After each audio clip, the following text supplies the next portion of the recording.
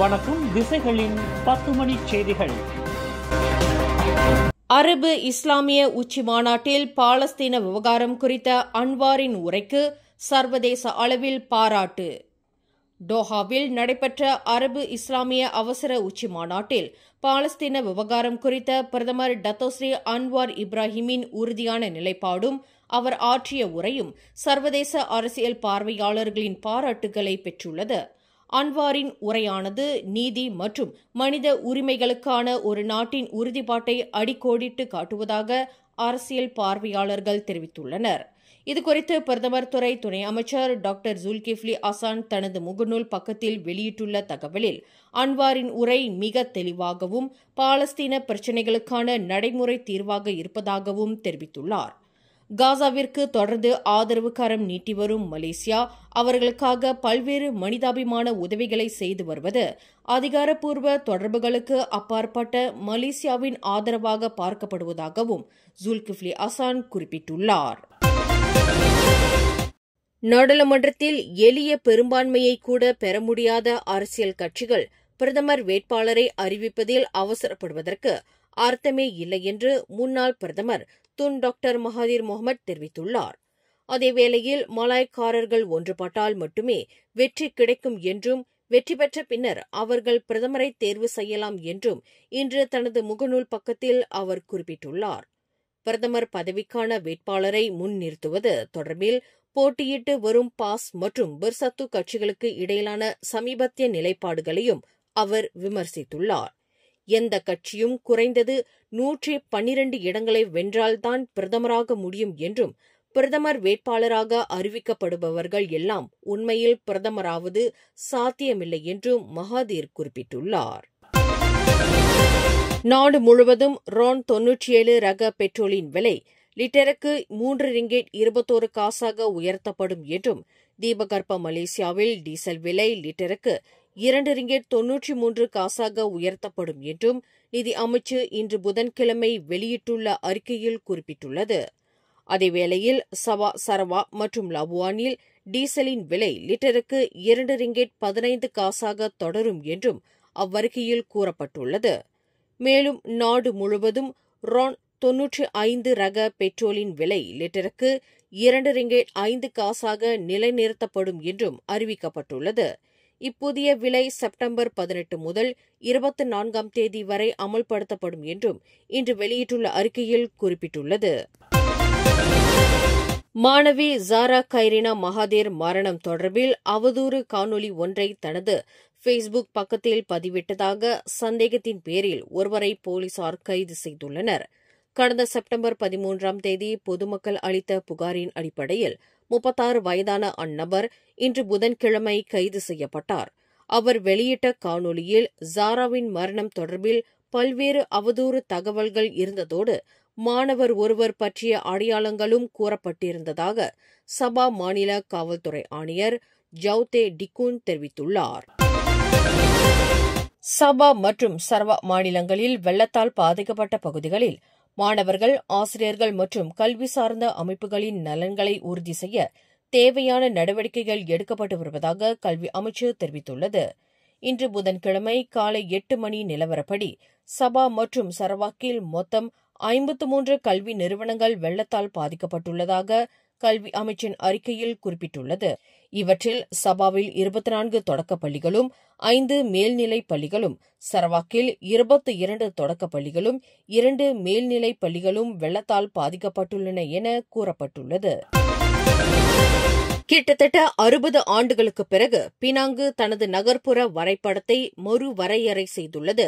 இந்த விரிவாக்கத்தின் மூலம் 25 புதிய நகரங்களை அறிவித்துள்ளது. கடந்த செப்டம்பர் 4ஆம் தேதி அரசிதழில் வெளியிடப்பட்ட இந்த திருத்தம் மூலம் மாநிலம் முழுவதும் 2,10,000க்கும் மேற்பட்ட நில உரிமங்களும் 84,000 அடுக்குமாடி உரிமங்களும் மாற்றங்களுக்கு உள்ளாகியுள்ளன. கடந்த 1966ஆம் ஆண்டு வெளியிடப்பட்ட அசல் நகர அறிவிப்புகளை விட தற்போது பினாங்கு மாநில மக்கள் தொகையும் பொருளாதார வளர்ச்சியும் அதிகமாகியிருப்பதால் இந்நடவடிக்கை மேற்கொள்ளப்பட்டுள்ளதாக முதலமைச்சர் சோக்கோன்யோ தெரிவித்துள்ளார். இந்த விரிவாக்கத்தினால் தற்போது பினாங்கு மாநிலத்தில் மொத்தம் 42 நகரங்கள் உருவாகியுள்ளன. அவற்றில் 17 ஏற்கனவே இருந்த நிலையில் கூடுதலாக தற்போது 25 நகரங்கள் விரிவுபடுத்தப்பட்டுள்ளன. பிரபல யூடியூப் நிறுவனம் தனது பயனர்களுக்காக AI தொழில்நுட்பங்களை உள்ளடக்கிய புதிய அம்சங்களை இணைத்துள்ளது. இதன் மூலம் யூடியூப்பில் காணொலி வெளியிடுபவர்கள் மிக எளிதாக தங்களது காணொலிகளை தொகுத்து அதனை சுவாரஸ்யமான காணொலியாக பதிவிட முடியும் என்று யூடியூப் கூறியுள்ளது. இதுகுறித்து யூடியூப் தலைமை செயல் அதிகாரி நீல் மோகன் கூறுகையில், இந்த செயற்கை நுண்ணறிவு அம்சங்களானது படைப்பாற்றலையும் கதை சொல்லும் திறனையும் அதிகரித்து அடுத்த கட்ட பரிணாமத்திற்கு எடுத்துச் செல்லும் என்று குறிப்பிட்டுள்ளார். கடந்த 4 ஆண்டுகளில் யூடியூப் தனது உள்ளடக்க உருவாக்குநர்களுக்கு $100 பில்லியன் அமெரிக்க அதிகமாக வழங்கியுள்ளதாகவும் அந்நிறுவனம் அறிவித்துள்ளது.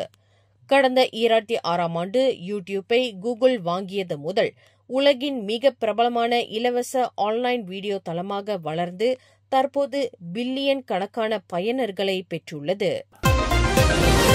ஜோஹர் பாசிர் கூடாங் தாமான் புக்கெட் டாலியாவில் உள்ள ஒரு வங்கியின் முன் இருந்த தானியங்கி பணம் செலுத்தும் இயந்திரம், பண வைப்பு இயந்திரம் மற்றும் கார்களை மண்வெட்டியால் சேதப்படுத்தியதாக ஒருவரை போலீசார் கைது செய்துள்ளனர். இச்சம்பவம் குறித்து காணொலி ஒன்று சமூக வலைதளங்களில் பலராலும் பகிரப்பட்டு வந்த நிலையில் அந்நபரை நேற்று காலை 7:45 மணியளவில் போலீசார் கைது செய்துள்ளனர். இதுகுறித்து ஸ்ரீயாலா மாவட்ட காவல்துறை நடப்பு தலைவர் விக்டர் கணேசன் கூறுகையில், சந்தேக பேர்வழி பயன்படுத்திய மண்வெட்டியும் அவரிடமிருந்து 0.9 கிராம் மெத்தாஃபெத்தமின் என்ற போதைப் பொருளும் பறிமுதல் செய்யப்பட்டதாக குறிப்பிட்டுள்ளார். அந்நபர் மீது ஏற்கனவே போதைப்பொருள் தொடர்பான 6 வழக்குகள் இருப்பதாகவும் அவர் தெரிவித்துள்ளார். இன்று செப்டம்பர் 17ஆம் தேதி கோத்தா கமுனிங் தாமான் ஸ்ரீ மூடாவில் தி கிரேஸ் கேரிஸ்மெட்டிக் ஃபெலோஷிப் சமூக விழா, பல கேளிக்கை விளையாட்டுகள், இலவச மருத்துவ பரிசோதனை, தொண்டு நிறுவனங்களின் பொருட்கள் விற்பனை, வர்த்தகர்கள் கலந்துரையாடல் என மிக சிறப்பாக நடைபெற்றது. இவ்விழாவிற்கு மாநில சட்டமன்றம் சார்பில் 5000 ரிங்கிட் வழங்கப்பட்டிருந்த நிலையில் புவான் யோகேஸ்வரி சாமிநாதன் தலைமையிலான MBSA மண்டல 14 கவுன்சிலர் அலுவலகம் 1000 ரிங்கிட் நிதி அளித்தது. அதேவேளையில் இவ்விழாவில் உடனடி நலத்திட்ட உதவிகளோடு வறுமை ஒழிப்பு, கல்வி, சுகாதாரம் மற்றும் வேலை வாய்ப்புகள் போன்ற நீண்டகால பிரச்சினைகளும் கவனத்தில் கொள்ளப்பட்டன. இவ்விழாவில் பேசிய கொத்தகம்னிங் சட்டமன்ற உறுப்பினர் பிரகாஷ் சம்புநாதன், இது வெறும் நிதி திரட்டும் விழாவாக மட்டுமல்லாது எதிர்கால பொருளாதார வளர்ச்சிக்கான முதல் படியாகவும் மக்களின் ஒற்றுமையை பிரதிபலிப்பது போல் இருப்பதாகவும் தெரிவித்துள்ளார்.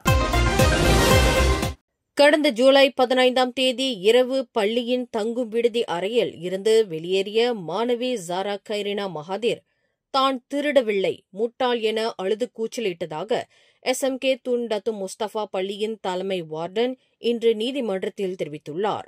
31 வயதான தலைமை வார்டன் அஸ்ஹாரி அப்துல் சகாப் மரண விசாரணை நீதிமன்றத்தில் இன்று அளித்த சாட்சியத்தில் படிவம் 1 மாணவி ஒருவர் தனது பொருட்கள் சிலவற்றை காணவில்லை என விடுதி தலைவரிடம் புகார் அளித்ததாகவும் அதற்காக ஜாரா விசாரணைக்கு அழைக்கப்பட்டதாகவும் தெரிவித்துள்ளார். அதேவேளையில் பொருட்களை திருடினாயா என ஜாராவிடம் கேள்வி எழுப்பப்பட்டதாகவும் பின்னர் சத்தியப்பிரமாணம் செய்ய சொல்லப்பட்டதாகவும் அஸ்ஹாரி அப்துல் சகாப் குறிப்பிட்டுள்ளார். ஜோஹரிலிருந்து சிங்கப்பூர் செல்லும் மோட்டார் ஓட்டிகள் தங்களது மின் சிகரெட் கருவிகளை காஸ்வே பகுதிகளில் வீசி எறிந்துவிட்டு செல்வதால் அந்த இடம் மின் சிகரெட்டுகளால் நிறைந்த குப்பை கூளமாக மாறியுள்ளதாக தகவல்கள் கூறுகின்றன. அதேவேளையில் கடந்த செப்டம்பர் 1ஆம் தேதி முதல் அட்டாமிடேட் என்ற ரசாயன பொருள் கொண்ட கேப்போட் என்ற மின் சிகரெட்டுகளை சி வகை போதைப் பொருளாக சிங்கப்பூர் அரசு பட்டியலிட்டுள்ளதால் கடந்த செப்டம்பர் 1ஆம் தேதி முதல் அங்கு சோதனைகள் கடுமையாக்கப்பட்டுள்ளன. 18 வயதிற்குட்பட்டோர் இந்த கேப்போட் மின் சிகரெட்டுகளுடன் பிடிபட்டால் முதல் தடவை $500 அபராதமும், இரண்டாவது முறை பிடிபட்டால் $700 அபராதமும் விதிக்கப்படும் என அறிவிக்கப்பட்டுள்ளது.